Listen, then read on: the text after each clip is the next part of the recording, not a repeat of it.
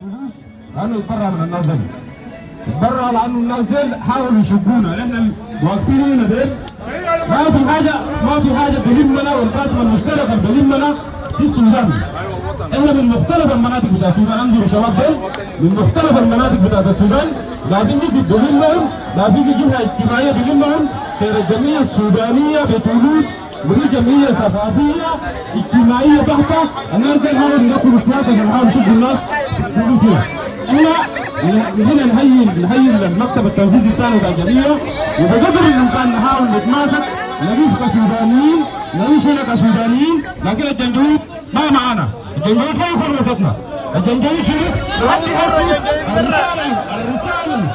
الرساله المفروض نوصلها لهم وهم قاعدين هنا.